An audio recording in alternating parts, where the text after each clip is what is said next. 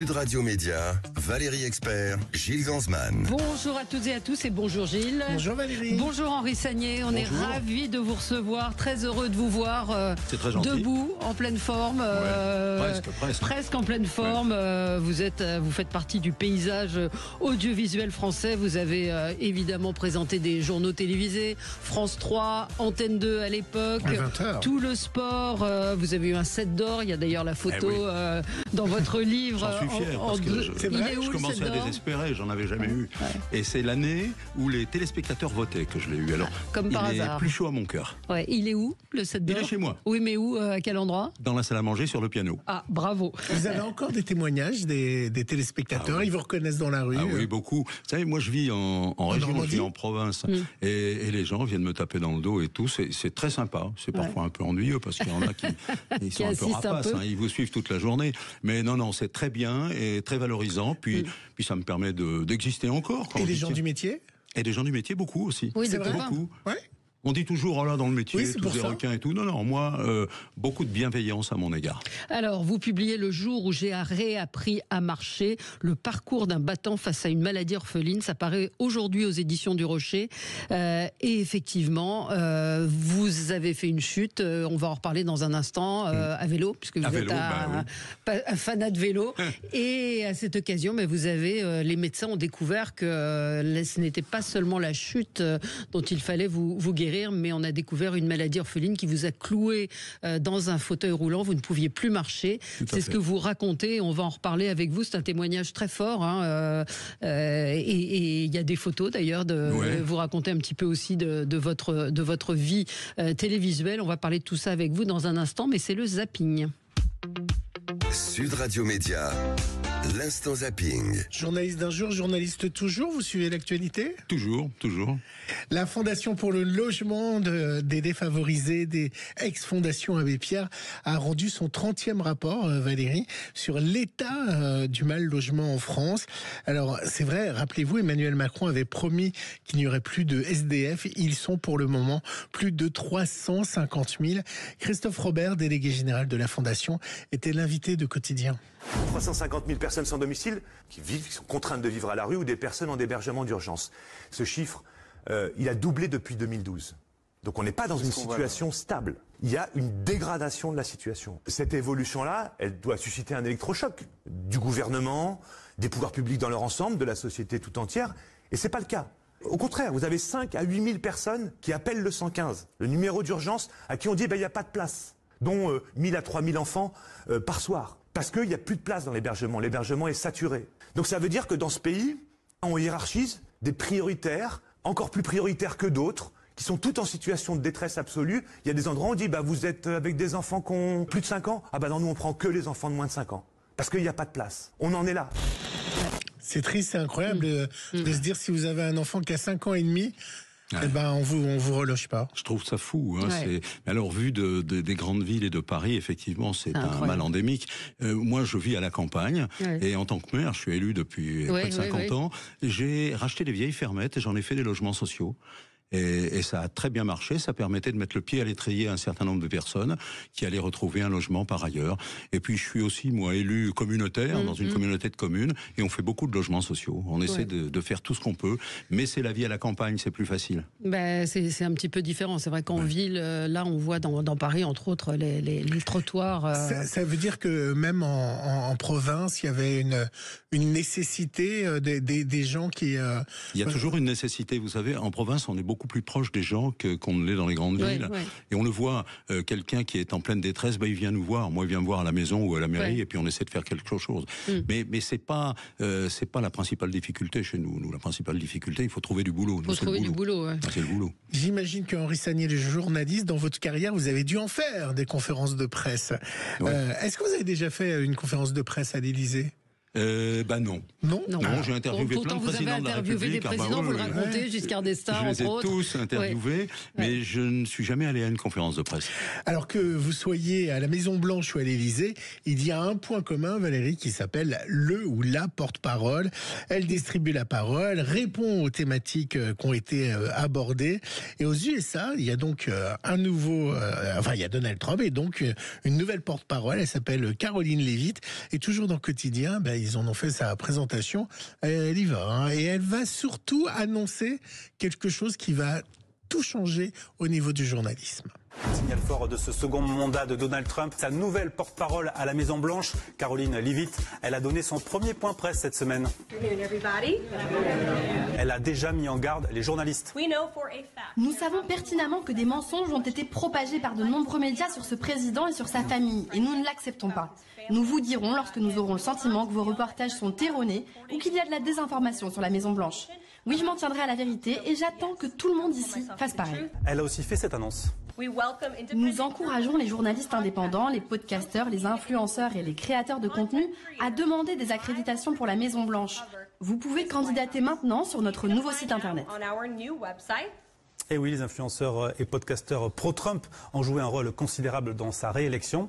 On devrait donc les voir très vite à la Maison-Blanche pour poser des questions sans concession. Alors, est-ce qu'il faut en finir avec la corporation? Est-ce que pour vous, un influenceur est un journaliste? Non, pas du tout.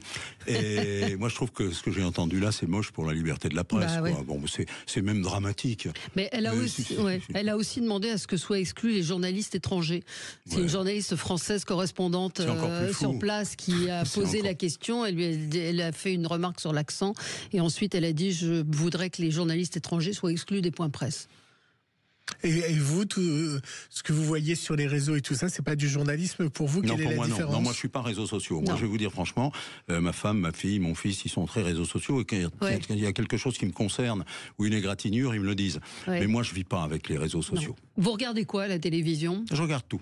Je regarde tout. D'abord les JT parce que je zappe, je suis un zappeur impénitent.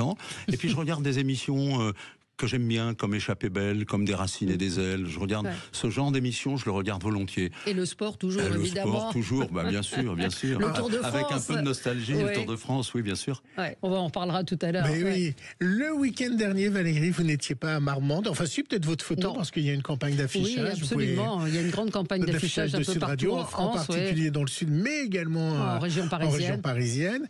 Donc, le week-end dernier à Marmande, donc peut-être il y avait votre photo, c'était la chasse à la truffe. Et oui, c'est la bonne saison. Et puis, il y avait le marché aux truffes à Marmande, et puis évidemment les caméras de la Web TV de Sud-Ouest qui ont suivi les chiens truffiers et leurs maîtres. La chasse aux truffes, c'est un véritable rituel pour ces producteurs lot-et-garonnais et leurs chiens. Mais ça l'est cassé. Mais elle était jolie. À l'affût de la moindre odeur, ils aident leurs maîtres trufficulteurs à repérer les précieux diamants noirs. Une activité qui s'avère souvent plus difficile qu'on ne le pense. Ce qu'on appelle le cavage. Il faut y aller mollo pour pas abîmer la truffe. Merci. Tiens Lolita. Les gens demandent ce genre de petite truffe comme ça. Je la caniffe pour savoir si c'est une bonne truffe et qu'elle n'est pas pourrie. Ça coûte combien sur le marché, ça? Alors on est entre 800 et 1000 euros le kilo, c'est-à-dire moins d'1 euro le gramme, quoi. Et pour faire un plat, pour 4 personnes, il faut environ 30-40 grammes. Ouais. Là, on est dans la tradition française, les chiens truffiers. Ça me fait saliver. Moi, j'ai un ami qui m'amène des truffes de temps en temps comme ça. Et on se fait des soirées de truffes, mais extraordinaires. Et moi-même, je suis un touche-à-tout. J'ai planté 2 ou 3 chênes truffiers chez moi à la campagne. Mais non. Et alors, ils donnent ou pas? Oui, c'est ça. J'ai pas gratté au pied. On m'a dit quand il y aura plus d'herbe au pied, c'est qu'il y a de la truffe. Voilà. Alors, pour l'instant, il y a de l'herbe. Il faut le chien aussi. Donc, j'ai pas le chien, non. Allez. Bon, si je vous dis un mot et vous en devinez un autre, par exemple, Henri, si je vous dis maillot jaune, vous pensez? Tour de France, oui. Voilà, j'essayais de vous faire deviner Tour de France. Ce jeu-là, ça s'appelle Pyramide ou mot de passe. C'est tous les soirs avec Laurence Boccolini. Et alors, ça augmente, ça marche très bien, ça commence à conquérir des parts de marché. Et donc, c'est rare que je passe un extrait de jeu, mais là, allez, un petit extrait de jeu. Pendant 30 secondes, on écoute un extrait de mot de passe. Tête. Bras. Poil. Barbe. Tête. Cheveux. Oui. Wagon. Train. Oui. Robinson. Crusoe. Oui. Bois. Arbre. Coupé. Scie. Verbe. Scier. Oui. Bowling. Boule. Strike. Quille. Oui. Parfait. Il y a des gens qui regardent ça. Oui, ça marche bien. Mais Pyramide, c'était un énorme succès. C'est un gros ils sont succès. forts. Moi, je suis allé dans des jeux comme ça, j'étais nul. J'étais le dernier de la classe à chaque fois. Mais moi, je trouve ça bien qu'on joue avec la langue française. Au moins, ça permet d'avoir du vocabulaire. Bah si, je peux vous le faire en radio. Bon, hier soir, en prime, était diffusé sur TMC les Q d'or. Q comme quotidien. Et donc, chaque année, vous savez, Quotidien distribue ses petits Q. C'est Santa qui a reçu le Q de la chanteuse de l'année, son tube Recommence-moi, qui avait, vous vous rappelez, à l'époque, servi d'hymne à la Star Academy. 1, 2, 3, recommence-moi. Recommence-moi. Eh oui. Et on se retrouve dans un instant avec Henri Sagnier pour parler de votre livre qui raconte cette maladie qui vous a frappé, maladie orpheline, maladie rare. Et vous racontez ce parcours du combattant, puisque vous revenez de loin, on peut le dire. C'est l'histoire de quelqu'un qui ne s'imagine pas tomber malade. Oui, absolument. Parce que vous êtes sportif, vous êtes en bonne santé. C'est ce qui m'a touché dans le livre. Je ne suis jamais malade, je suis allé une fois à l'hôpital, j'avais 7 ans et demi pour une opération de l'appendicite. Et depuis, j'ai jamais vu les hôpitaux. Et à l'occasion d'une chute banale, on a envie de dire, qu'on découvre que vous êtes atteint d'un syndrome très particulier. À tout de suite. Le 10h midi, Sud Radio Média, Valérie Expert, Gilles Gansman. Lidl. Sud Radio Média, l'invité du jour. L'invité du jour, c'est Henri Sagnier. Et on peut dire que vous êtes une des légendes de la télévision, Henri Sagnier. C'est trop gentil. Non, mais c'est vrai. On a quelqu'un qui est venu dans le studio pour vous voir, pour vous dire tout le bien tous les souvenirs que vous évoquiez, parce que les gens comme vous, en fait, sont la mémoire de nos vies, en fait. Vous avez, je le rappelle, présenté des JT, des journaux de 20 heures, France 2, enfin Antenne 2 à l'époque, France 3. 19-20, tout le sport, et puis le Tour de France, bien évidemment. Vous avez pris une retraite méritée dans votre petit village en Picardie, et puis patatras, un jour, à vélo, vous tombez. Et on vous découvre une maladie orpheline. Et vous racontez cela dans ce livre, le jour où j'ai réappris à marcher, le parcours d'un battant face à une maladie orpheline, aux éditions du Rocher. Et je disais juste avant la pub que vous reveniez de loin parce que vous étiez cloué dans un fauteuil roulant, vous aviez des difficultés à bouger, à marcher, enfin vous ne marchiez plus, et même les mains, c'était très, très compliqué. Et ce que disait Gilles qui est intéressant, c'est que vous étiez sportif, vous continuiez à faire du vélo, vous ne pensiez pas un jour tomber malade, et donc pas d'examen médicaux particulier, et ça vous tombe dessus comme ça. Ouais, je ne pensais pas, moi, avoir affaire à ce genre de choses. Puis un jour, je suis tombé, mais je me prenais pour un surhomme. Je me suis dit, bon, c'est rien, je vais à l'hôpital. J'étais bien alors bleu de la tête aux pieds, j'avais une boule sur le crâne. J'étais tombé dans les pommes un peu. Et puis, bon, voilà. Et puis après, j'ai commencé à pas être bien. Et je me suis dit, voilà, c'est suite à cette alors chute, que c'était pas du tout ça. C'était pas ça. On m'a dit que c'était un virus et que j'avais attrapé un virus et que voilà, j'étais tombé sur une maladie auto-immune. Et tout peut s'arrêter du jour au lendemain. C'est ce qu'on apprend en lisant votre livre. Oui. Il n'y avait pas eu de signe avant-coureur? Non, j'avais perdu quelques kilos, mais enfin, c'était pas non plus mortel. Et puis d'un seul coup, j'ai senti que les pieds s'évanouissaient, que les genoux marchaient plus, que mes mains tombaient devant, comme ça, je pouvais absolument plus manger. Du jour au lendemain, c'est dramatique. Et puis alors, je me regardais dans la glace, il faut surtout jamais faire ça. J'étais verdâtre et j'avais perdu 14 kilos. Ah oui. Alors là, je me suis dit, il doit y avoir quelque chose. Mais à aucun moment, j'ai baissé les bras. Je me suis dit, allez, je pars à l'hôpital. On m'a envoyé à l'hôpital d'urgence. Et alors, on m'a essayé des tas de trucs au CHU d'Amiens. Après, je suis allé à Berck faire de la rééducation. Un centre extraordinaire. Vous racontez ce passage-là pour la rééducation. Pour moi, très bien. Au niveau du moral, très bien. Et puis après, je suis revenu à Amiens et ils m'ont envoyé à la Pitié-Salpêtrière à Paris. Comme quoi, il y a des gens qui font preuve d'humilité. Parce qu'ils auraient pu dire, non, on s'est gouré, ça va pas, on s'est pas trompé. Non, ils m'ont envoyé à la Pitié. Et à la Pitié, j'ai eu un autre protocole de soins qu'on appelle la plasmaphérèse, c'est-à-dire qu'on m'enlève votre sang, c'est ça. Dans le plasma, il y a des ça s'appelle des anticorps. Et ces anticorps, au lieu de me protéger, ils se rejetaient contre moi. Alors voilà, on fait ça et j'ai fait ça pendant plusieurs semaines et maintenant je le fais tous les 2 mois. Alors est-ce que ça veut dire que la maladie que vous aviez avait un traitement? Parce qu'il y a beaucoup aussi de maladies auto-immunes dont on n'a pas le traitement, d'où le Téléthon, auquel vous avez participé dès le départ du Téléthon. La première année, vous étiez sur le Téléthon. Est-ce que cette maladie avait un traitement ou c'est au cours de l'histoire? Non. Visiblement, c'est ce qui est un peu gênant dans ce genre de maladie, c'est que je n'ai rencontré aucun patron, aucun grand ponte qui m'ont dit je vais vous soigner. Et voilà. D'abord, il n'y a pas de médicaments. Moi, je prends pas de médicaments. Je ne sais pas ce que c'est que de prendre un médicament pour cette maladie. Alors, je fais un peu de kiné, je marche. Il faut marcher, il faut faire peut-être un petit peu de VTT, puis il faut vivre normalement. Alors quand vous expliquez que vous êtes passé du fauteuil roulant à là on vous a vu nous rentrer dans le studio et marcher, comment vous expliquez sans médicaments? C'est la rééducation, il y a eu quand même la plasma. C'est ça qui a changé quand même ce que vous racontez dans le livre. Et ça a changé ma vie. Un jour, je suis rentré à la Pitié et je marchais. Ils n'en revenaient pas. Ils m'ont dit, je suis même allé à Berck voir ceux qui m'avaient soigné. Ils m'ont dit c'est un miracle. Je dis c'est pas un miracle, c'est grâce à vous. Et aux gens de la Pitié. Aux gens de la Pitié, c'est vraiment un très très beau boulot qu'ils font. Bon, c'est un peu fastidieux parce que je suis pendant 3 ou 4 heures comme ça. À attendre qu'on vous transfuse. Je peux pas me gratter le nez. C'est pas possible. Donc vous publiez ce livre, Henri Sagnier, le jour où j'ai réappris à marcher. Pourquoi vous avez eu envie de raconter cette? Vous le dites, il y a un chapitre je vais vous dire, pas pour parler de moi, parce que on m'avait demandé de raconter ma carrière, ma vie et tout. Donc ça, je l'ai jamais fait. Peut-être que j'aurais dû le faire d'ailleurs. Ne serait-ce que pour mes enfants et mes amis. Vous le racontez un petit peu au début du livre. Vous racontez la montée à Paris. Je me rattrape un peu dans ce livre. Ma vie d'avant, vous dites. Mais je le fais parce que je reçois énormément de courriers, je rencontre énormément de personnes qui vont dans le mur, qui ne sont pas des battants. Et alors je vais les voir à l'hôpital, je les vois dans la rue, je les vois dans le courrier, je reçois plein de courriers. J'ai un courrier de ministre auquel j'essaie de répondre, et je me suis dit, bon, je vais leur redonner le moral, je vais leur dire ce qu'il faut faire.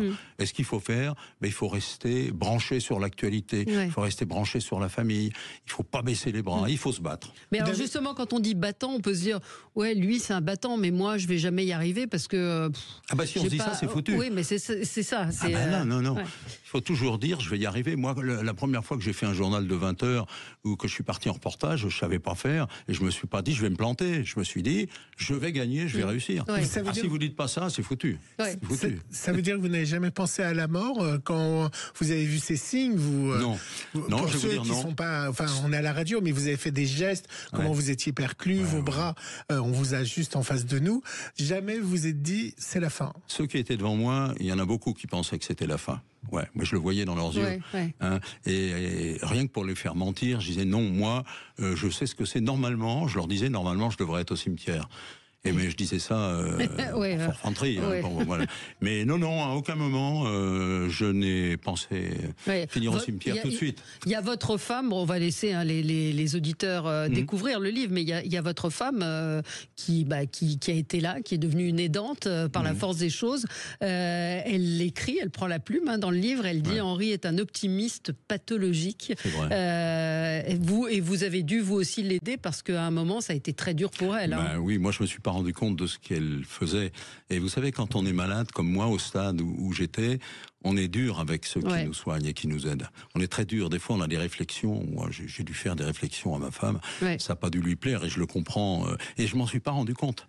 Parce que je ne voulais pas d'une tierce personne à la maison. C'est ça. Je n'en voulais pas. Je voulais pas que d'autres personnes viennent dans la famille. Voilà. Bon, alors ça me regardait. J'aurais peut-être dû faire autrement, mais c'était comme ça. Et là, je lui sais gré d'avoir fait ce qu'elle a fait, parce qu'à un moment, elle était en déprime. Moi, je m'en rendais pas compte. Je me rendais pas compte de tout ce qu'elle fait. C'est ce que vous racontez. Donc c'est un livre intéressant aussi pour les aidants, c'est-à-dire pour que les gens comprennent comment on se retrouve à aider une personne qu'on aime, proche, même malade. Maintenant, là, j'arrive ici, mais je sais pas mettre les boutons à ma chemise. Je ne sais pas remettre des lacets à mes chaussures. Des tas de choses comme ça où on est paumé. Il y a des fois, je vais manger une bonne côte à l'os, je peux pas la couper. Bon, c'est emmerdant, quoi. Non, on est quand même très dépendant des gens. Je vous enverrai un reportage qui a été fait, un documentaire. On a reçu Théo Curin ici sur les aidants, et il y avait plein de familles qui ne voulaient pas recevoir d'aidants, et le jour où ils ont su des aidants, ça a changé toute la famille, vous savez. Quelqu'un en plus, c'est ça. Mais vous étiez là. Non, mais je sais. C'est pas ça. C'est que les aidants, c'est aussi les proches. C'est-à-dire une personne en plus. Ils ne voulaient que des proches. Oui, c'est ça. C'est ça. Non, mais c'est ce que je précise. C'était c'était... c'est d'avoir une personne en plus qui vient à la maison. Ça a tout changé quand même. Pour le moral aussi, c'est important, et le matériel aussi. Mais moi, ce qui m'a aidé le plus, c'est mes petits-enfants. Ouais. Moi, c'est ce que vous dites, qui se sont mis à applaudir quand vous avez recommencé à marcher. J'avais plus de 70 ans. Avant, j'avais pas eu de petits-enfants. Ouais. Et mes petits-enfants m'ont applaudi le jour où j'ai commencé à marcher. C'est alors là, bouleversant. J'ai la chair de poule. Même maintenant, c'est attendrissant. Quoi. Et quand on est dans le fauteuil et qu'on peut plus faire tout ce qu'on aimait, le vélo et autres, on se dit pas à quoi bon continuer? Ah non. Moi, je ferme les yeux dans ces cas-là. Et je rêve à tout ce que j'ai fait et tout l'école que j'ai gravi en mettant les bras au ciel. Je pense aux interviews bonnes ou mauvaises avec des présidents de la République ou avec des vainqueurs du Tour de France. Je pense à des émissions que j'ai aimées. Je pense à des grands moments que j'ai vécus, comme la chute du mur de Berlin avec Alain Delon aussi, votre premier JT. Delon, mon premier 20h. Quand ça va pas, je pense à Delon et je pense à mon premier 20h. Vous aviez la trouille, vous aviez la trouille, vous vous en souvenez? Ah, j'avais une trouille bleue et un costume vert d'ailleurs, j'aurais jamais dû mettre ça parce qu'on m'a dit qu'il fallait pas mettre des costumes verts. Et non, c'était fabuleux. Et avec Delon, ça s'est très très très bien passé. Il n'était pas très chaud mais il était là toute la journée sur la 2 et il est venu avec moi et à la fin il m'a pris par le cou. Il a dit là, vous avez un mec extraordinaire, vous allez voir, ça va marcher. Et le mercredi suivant, dans le Canard enchaîné, on était tous les deux en caricature, c'était marqué au secours, la droite revient. Bon, tout ça c'est dérisoire. Oui, et quand vous réouvrez les yeux, après avoir pensé à tout ça, il se passe quoi? Il se passe que je suis mieux dans ma tête. Je suis beaucoup mieux dans ma tête parce que je me dis, j'ai fait des tas de trucs, c'est pas mal, et il faudrait que j'en fasse encore d'autres. Alors là, je me mets à gamberger. Qu'est-ce que je vais pouvoir faire maintenant? Bon, là, j'ai écrit un bouquin, ça m'a pris du temps. J'aimerais écrire un roman, je sais pas écrire, mais bon, j'essaierai. C'est pas mal déjà. J'aimerais faire des tas de choses, puis j'aimerais voyager et encore voyager. Ouais. Et puis vous faites des conférences, ce que vous racontez dans le livre, vous y êtes allé même en fauteuil, dans des entreprises pour raconter. Je l'ai fait avec un pilote, Romain Grosjean, avec un pilote de Formule 1 qui lui sortait du fauteuil justement, et je fais des conférences comme ça dans des villes qui me demandent et devant les industriels c'est ça, qui invitent leurs collaborateurs. Et ça c'est bien parce que ça vous stimule. Je reste dans le coup. Le mot retraite n'existe pas pour vous? Non, moi, je ne voulais pas partir à la retraite. Moi, je pense que toutes les réformes des retraites, moi, ça me gonfle quand j'entends ça. On devrait pouvoir partir quand on veut. Voilà. Il y a des gens qui sont fatigués à 50 ans, il faudrait les aider à partir à 50 ans. Moi, je voulais travailler plus tard, jusqu'à 80 ans si c'était possible. Mais dans le service public, c'était pas possible. Mais dans le service public, c'est 70 ans pour les journalistes. J'ai respecté évidemment cette règle. Avec qui vous êtes resté copain? Parce que dans le livre qui paraît aujourd'hui aux éditions du Rocher, il y a des photos avec Bruno Mazur, avec Michel Drucker, avec Jean-Pierre Pernaut évidemment qu'on regrette. Vous étiez pote avec Jean-Pierre, non? On avait démarré ensemble à l'ORTF Amiens. Je mets d'ailleurs une photo de lui avec moi dedans. On avait 19 ans tous les deux. Non, je suis resté en cheville avec Drucker. Je l'ai revu au Téléthon. Il me tenait le bras pour pas que je tombe. Très gentil. J'ai revu ses rayons. J'ai revu Patrick Chêne. Je revois plein de gens comme ça. Non. Des gens qui continuent qui ont été là quand on a appris que vous étiez. Il y a Daniel Bilalian aussi qui m'a appelé. Et pourtant, on s'était frité avec Daniel sur plein de trucs. Mais je l'aimais bien. C'est un bon journaliste. Du caractère. Du caractère. Mais nous, je lui avais succédé à un truc. Il m'avait succédé à autre chose. Non, moi, j'aime beaucoup Daniel Bilalian. Et il m'avait appelé, j'étais épaté parce que c'était pas son style, lui, Daniel. Mais quand il m'a appelé, j'étais vachement fier, quoi. C'est super. On va marquer une pause et on se retrouve dans un instant avec vous, Henri Sagnier. On va un peu parler télé pour parler de votre livre, Le jour où j'ai réappris à marcher, le parcours d'un battant face à une maladie orpheline, aux éditions du Rocher. À tout de suite. Le 10h midi, Sud Radio Média, Valérie Expert, Gilles Gansman. Sud Radio.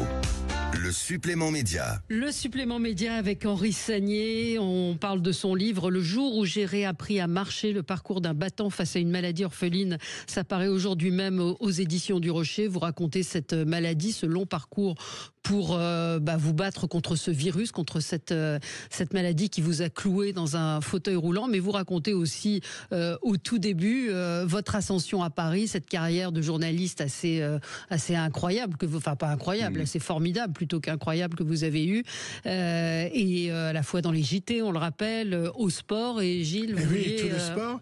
Et oui, on a retrouvé évidemment vos adieux, Henri Sagnier. Vous vous souvenez de ce moment-là? Le 7 septembre septembre 2017. Vous savez pourquoi je vous dis oui, le 7? Parce que tous les moments importants de ma vie se sont déroulés le jour de mon anniversaire. Premier 20h, 7 septembre 87. Et je suis parti le 7 septembre 2017. Ils sont gentils à la direction, ils ont été sympas, ils ont pensé à moi. Et voilà ce que, à l'époque, vous avez dit à l'antenne. Je voulais vous dire simplement que depuis 50 ans, moi je vis un rêve de gosse. Tout simplement. À 7 ans, j'ai dit à mon instituteur que je voulais devenir journaliste pour commenter le Tour de France. Le rêve est devenu réalité. Et en prime, j'ai fait le 19-20, le soir 3, le 13h, le 20h et une kyrielle de magazines. Merci au service public qui m'a permis de travailler librement et en toute sérénité. Merci à toutes celles et à tous ceux qui m'ont accompagné dans ces aventures, notamment ma garde rapprochée avec, je vais en oublier, Annie-Hélène, Simone, Claire, Jean-Philippe, Aron, j'aurais pu en citer beaucoup d'autres. Ils sont tous autour de moi ce soir. Merci à vous aussi de l'autre côté de l'écran. Vous allez beaucoup me manquer, hein. Là c'est le cœur qui parle. À lundi, et dès lundi, c'est Thomas Touroud et Céline Géraud qui prendront le relais. Faites-leur confiance, ce sont des grands professionnels. Merci de votre fidélité, c'est encore un de mes poncifs. Au revoir et merci. Ciao. Beaucoup d'humour, vous étiez ému. Oui, j'étais ému, donc j'ai ajouté un peu d'humour pour pas pleurer, parce que c'était dur. Mais je m'étais préparé. Hein. Je m'étais préparé, puis le fait d'avoir tout le monde autour de moi, toute la rédaction... Ça fait du bien. Je vais vous poser la question préférée de Valérie Expert. Ça fait 8 ans qu'on travaille ensemble. Qu'est-ce qui se passe le lundi? Vous partez pas travailler? Curieux. Non, alors le lundi, j'ai encore reparlé télé parce qu'on m'a invité en radio un peu partout. Ils n'avaient pas pu m'inviter ce jour-là, donc ils m'ont appelé après. Puis après, je suis parti faire un bon resto avec ma femme parce que moi, mon péché mignon, c'est ça, c'est la bonne bouffe. Donc on a fait ça. Et puis après, je suis allé à la campagne et je me suis dit, je souffle un peu. J'ai pris mon journal Le Courrier Picard, j'ai pris l'Express puisque j'étais abonné et tout. Puis au bout de 2-3 jours, je me suis dit merde, je bouge pas quoi. Je suis là dans ma véranda face à la nature. Il faudrait que je fasse autre chose. Alors j'ai repris, j'ai fait un peu de vélo. Je me suis dit allez, on va se balader, on va faire des tas de choses. Mais on se sent un peu paumé quoi. Et on arrive à regarder tout le sport sans soi? Ah oui, moi je le regardais sans arrière-pensée et tout. J'ai regardé, pas tous les jours, mais presque. Et puis il me faisait des petits clins d'œil de temps en temps quand j'étais malade. Il me mettait un petit truc en disant Henri, on pense à toi. Ça donne des ailes. Hein. Le vélo, ça a été quand même la grande passion de votre vie depuis tout petit. C'est une grande passion. C'est le premier cadeau que j'ai eu, c'est un petit vélo rouge avec des roulettes que m'a offert mon père. Et puis après toute ma vie, ça a été le vélo. Bon, il n'y a pas que ça dans la vie, mais j'adorais parce que je voulais être coureur cycliste professionnel. J'ai jamais été parce que j'étais pas assez bon, mais j'ai gagné quelques épreuves amateurs. Alors ça, vous savez, lever les bras au ciel parce qu'on a gagné, c'est un truc fabuleux. Et je le fais toujours. Je monte d'école. Alors, je suis pas très doué. Hein. Bon, là, je le fais pas en ce moment, mais je vais le refaire. Je monte l'école. Ah, vous voulez remonter à vélo? Oui, enfin, je commence, mais là, pas tout. Et je me promets une chose, ne jamais mettre pied à terre. Je me suis dit, le jour où je mettrai pied à terre, j'existe plus. Je jette le vélo et puis je fais autre chose. Et je vais jusqu'en haut, et en haut, je lève les bras. Il y en a qui doivent me prendre pour vraiment le basique des basiques. Ils doivent se dire, il est fou, ce mec. Mais moi, c'est une victoire sur moi-même. Ouais, de lever les bras. Il y a une photo dans le livre avec Raymond Poulidor et votre fils, évidemment, vous les avez tous connus. Tous. Hein, et puis ils sont tous venus à la maison me rendre hommage un peu parce que j'ai créé une cyclosportive. Et Bernard Hinault, Poulidor, tout le monde, tous les grands, Bernard Thévenet, tous les grands coureurs cyclistes. Ça a changé, non? Quel regard vous portez aujourd'hui sur sur les Tours de France de ces dernières années? J'ai toujours un regard bienveillant parce que je n'aime pas les gens qui débinent le Tour de France. Parce que moi, je sais ce que c'est que de mettre le derrière sur une selle et puis faire du vélo. On en bave. Alors, c'est vrai qu'il y a des ripoux dans le vélo comme il y en a partout. Mais il n'y en a pas autant qu'on le dit. Parce que c'est une fédération, la Fédération française de cyclisme, qui fait le ménage et qui fait très attention. Je veux dire que dans d'autres sports, ça ne doit pas être tout à fait la même chose. Juste savoir qui est votre coureur préféré. Moi, c'est Jacques Anquetil. D'abord, c'était pas ma génération, mais j'ai toujours eu dans mon bureau, que ce soit en région ou à Paris, une photo de Jacques Anquetil qui gagnait le Grand Prix des Nations à l'âge de 19 ans. Il est beau sur son vélo, c'est magnifique. Quand on aura, d'après vous, de nouveau un champion français? Alors là, c'est une question piège. Je sais pas. Là, j'en vois pas. Je n'en vois pas, mais je suis pas Madame Soleil, hein, je sais pas du tout. Mais malheureusement, je n'en vois pas. C'est un peu dommage. il y a eu une polémique lancée par nos champions des Jeux Olympiques, entre autres. Est-ce que vous pensez que vous, qui avez été longtemps à tout le sport, que la France n'est pas un pays de sport et ne fait rien pour encourager ses sportifs? Non, c'est pas vrai. Non, faut arrêter. Là, ce qui a été C'était Thierry Renard qui avait dit ça sur France 2. Dans quelle époque? Ouais, mais bon, moi je trouve que la France a fait une chose merveilleuse avec ces Jeux Olympiques. Il y a plein de gens qui croyaient pas. Qui ricanaient, tout. Mais regardez le nombre de médailles qu'on a gagnées. Regardez comment les sportifs se sont transcendés pour gagner. Et regardez ce que l'État a mis en termes d'organisation et ce qu'ils ont fait autour des stades et tout. Il y a les clubs, il y a mais les clubs, ça dans les autres pays, l'après-midi, les après-midi sont consacrés au sport. Ça faut dire ça au ministre de l'Éducation nationale. Moi, si avec moi, moi j'ai une sœur qui vit en Allemagne et ses enfants, ils avaient gym l'après-midi, ils allaient courir. Plus de sport, c'est pas chez nous. Alors, un auditeur demande ce qui vous manque le plus de la télé. L'adrénaline, la poussée d'adrénaline. Avant de rentrer sur un journal, moi j'étais là.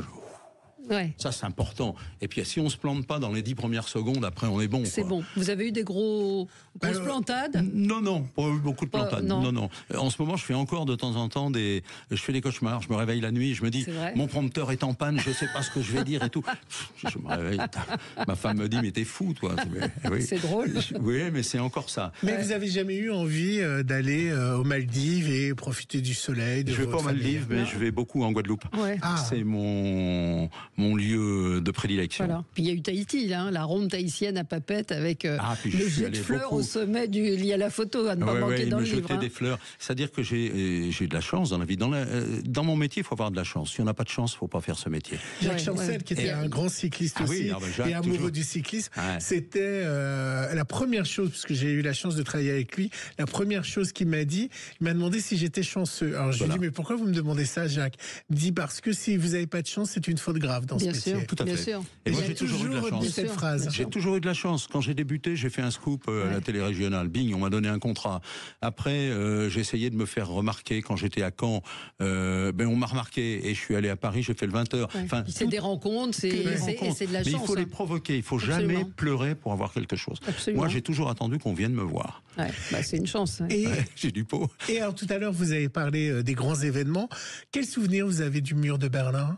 Alors moi, c'est pas simplement, malheureusement, c'est pas simple, c'est pas ça qu'il faut dire, mais c'est pas la chute du mur de Berlin. Ça, je l'ai vécu, mais j'étais plus aux 20h, j'étais aux 23h à cette époque-là.